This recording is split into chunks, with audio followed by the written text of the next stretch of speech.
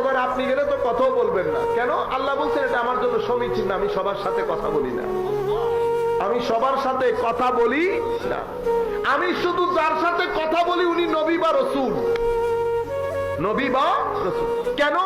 কারণ আল্লাহর সাথে কথা বলার জন্য যেই যোগ্যতা প্রয়োজন, শারীরিক মানসিক বিতর্গত যে ডিভাইস প্রয়োজন, কোনোটাই তো আমার নাই।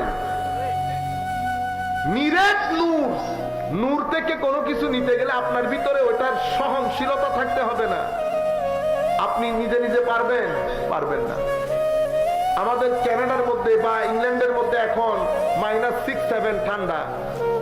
আপনারা যদি বলি এই শাল এটা নিয়ে 2 দিন হাঁটেন, 2 দিন বলতেছি 5-10 মিনিট হাঁটেন, 5-10 মিনিট পরে আপনাকে খুঁজে পাওয়া যাবে? আর পাওয়া যাবে না। কেন? আপনি বড় হয়ে যাবে। কিন্তু যদি আবার আমরা থাকতে থাকতে অভ্যস্ত হয়ে গেছি না, তো আমি যদি এরকমও চলি, আমি হু আ করে কোনো রকম শান্তি, আমার অসুবিধা হবে না। কিন্তু আপনি নিতে পারবেন না। আবার আপনি যখন এই দেশে গরম বেড়ে যায় তখন আপনি আরামসে ঘুরতেছেন, আমার কিন্তু ধোঁয়া বেরিয়ে যাচ্ছে। আমার যখন টেম্পারেচার 20 থেকে উপরে উঠেছে আমি আর নিতে পারি না, আমি আর নিতে পারি না। কারণ একটা জিনিস অভ্যস্ততা আছে, কোন টেম্পারেচারের সাথে আপনি থেকেছেন। এটা আমার নবী সাল্লাল্লাহু আলাইহি ওয়াসাল্লাম। তো আমার নবী আপনি নিতে পারবেন না কেন? আপনার ভিতরে আল্লাহ ওই ডিভাইস দানই করেন না। আমার নবীকে আল্লাহ দান করেছেন।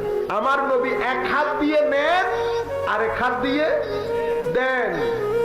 যার থেকে যেখান থেকে নেন সেটা পুরো অ্যাটমসফিয়ার হচ্ছে নূরানি।